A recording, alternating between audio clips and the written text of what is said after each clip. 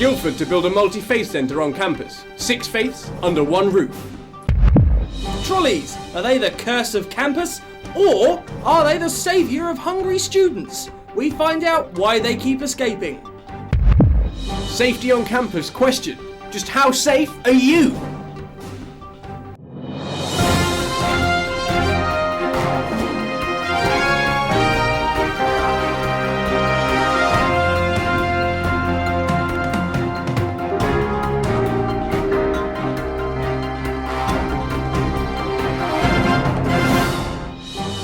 Hello and welcome to the University of Surrey Student News, the news programme which takes the news, covers it in fur, puts hooves on its feet and antlers on its head, which is not the same as the stag. I'm Mike Fraser. And I'm Matt Goodwin, and we are University of Surrey Student News.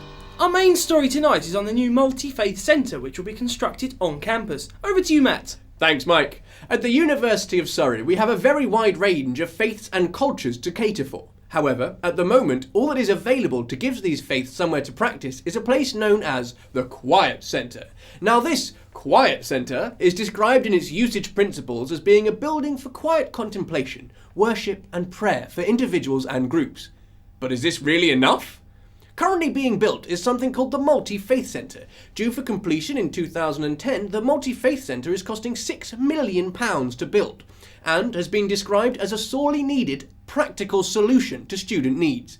We go now to our reporter on the scene, Adam Rainsford, to get the lowdown on the situation. So, here I am, in the Quiet Centre. I've been sent to get the down low on this story and give you an unflavoured taste of what's to come. Like the bells of Guildford Cathedral, the headline this week resoundingly chimed, 6 faiths under one roof, to which you may have thought, my goodness, how big will this roof be? Well, I'm here first and foremost to dispel any ideas that this multi-faith centre is to be a hothouse for the creation of the world's first superfaith. No, my lords and ladies, it is certainly much more than that. This idea brings together Christianity, Judaism, Islam, Hinduism, Sikhism and Buddhism.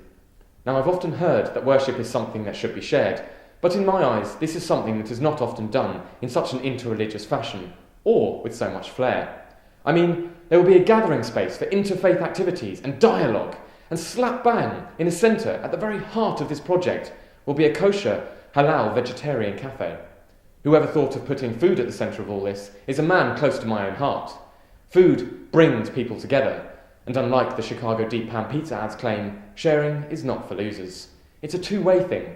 You get something back too, whether it be the bite of someone else's veggie burger, or a cheeky taste of how others worship. It's win-win. I'll tell you why I like this project. Not just because it's the first of its kind, not just because it's downright groovy, and not just because it's received a double thumbs up from the Archbishop of Canterbury and the Chief Rabbi. I like it because it's 2 fingers to the squares, the conventionalists and all the chuffing skeptics out there. It ups the ante on all those who are dancing round the issue of religious conflict, and says, let's just cut to the ruddy chase here, squash ourselves together, and with a seasoning of spirit, just marinate ourselves in the greatness that comes with acceptance, harmonisation, and real achievement. I mean, the place even caters for those with no faith. What more could you want? Thus, the very essence of this project, bringing 6 world faiths together under one roof, is purely and simply supreme. I dig it. I'd try and worship the pants off this project if it had any. It may not cater for those of you who are Jedi orientated or into Scientology, but quite frankly, I don't care. This project is going to be off the hook holy, so hats off people, it's just delicious. And when it's finished, I hope you all get a taste of it. I'm Adam Rainsford, proudly reporting for M.A.D. TV News. Back to you in the studio.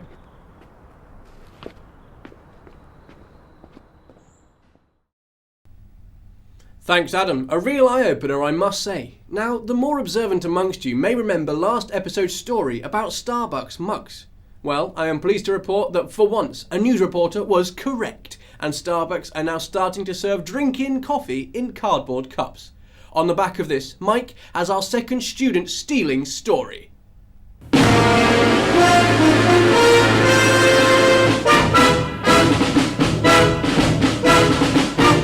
Thanks, Matt. Trolleys have been escaping from the Guildford branch of Tesco since time began. Well, since the opening of the store and the introduction of trolleys, in any case. These humble metal cages are often the main transport for students on their weekly shop to carry large bulky items home, as well as their friends from a night out. They can be seen strewn across campus pretty regularly, and at one point as many as 47 trolleys were counted on campus, with yet more left abandoned between the superstore and the university, like some kind of crude modern art. Since trolleys are pack animals, they can usually be found on campus grazing in designated trolley collection points. Tesco send their aquatic retrieval unit to round up the lost trolleys, which eyewitness reports look something like this. In the last few years, the trolleys have been modified to lock when they leave the premises. However, being a university full of engineers and the such, these devices are often disabled, allowing the trolleys to run free. Now please understand that M.A.D TV do not endorse trolley theft, as these creatures are not very well constructed for off-road travel and prefer to wander up and down the aisles looking for alcohol and groceries. But we can comprehend why students persist in the theft of these magnificent beasts. So we believe that perhaps for those persistent poachers, try sharing the trolley with other poachers, and together perhaps we can create a more trolley-happy world, even if we do end up drifting off to the left or the right. But enough about trolleys. It's time to turn to our top tantalising tea-filled tangent, which I must add is a serious one. Our next story is the safety of students at the University of Surrey and the surrounding town of Guildford. Many of our viewers may be aware of the terrifying stories which have surfaced over the last few months, with deaths, guns and sexual assaults. We are here tonight with our serious faces on to discuss the reality of living at the University of Surrey and the safety of our fellow students and staff. Statistically, Surrey is one of the safest counties in the UK, and being full of students, it can often be guaranteed for a great place to live, study, work and play. However, this does not excuse that small percentage of people in this world who run against the grain and cause misery and upset to the rest of us. Now we know that you have all been told about how to stay safe, but we at M.A.D TV kinda like you guys out there, so we would like to just cover again the best ways to stay safe and enjoy yourself whilst at Surrey. We are joined by Liz Simos, who we would like to help us in providing you with a short list of things which might help you to keep safe. So Elizabeth, what has the union done? Well, we've had some very positive recent developments. We've increased lighting on campus, we've increased security staff on campus, and we've increased CCTV on campus and the surrounding area. In addition to this, we've set up the union night bus, which leaves on Mondays from Chancellor's from 8 p.m. until 4 a.m. in the morning. That's brilliant, And I hear you have some top tips for us? I do. It's important to go home from a night out with a friend or take a licensed taxi. Make sure people know where you are. And look out for others and don't just avoid a situation which may seem a little bit wrong. But most importantly, try to avoid a situation which you wouldn't want to find yourself in. But if something does happen, there are places to get help, and that's the Students' Union, the Students' Advice Centre and Care Services, and of course security on campus. And if you'd like, I can give you the number for that. It's very simple to remember. It's 3333. That's brilliant. Thank you very much. Thank you. Now we know that these things won't necessarily save your life, because after all, you cannot plan against everything. You can't control the future. But you can prevent yourself from becoming entangled in a situation you don't want to be in. If you need any help with absolutely anything, get in touch with your tutors, the Students' Union, family members, M.A.D TV, the religious groups, or pretty much just your mates.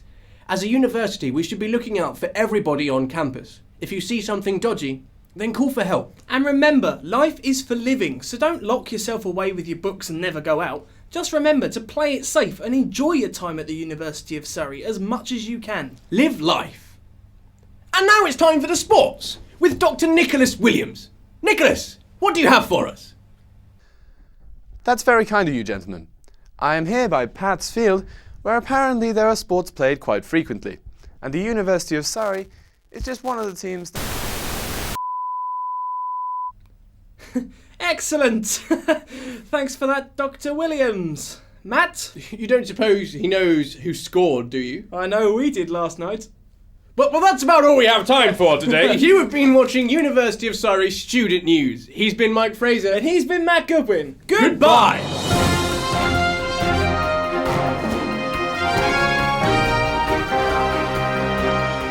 That was University News on M.A.D TV. If you would like to contact M.A.D TV, get involved with the news, or have a news story you would like us to report, then email us on mad_tv@live.co.uk.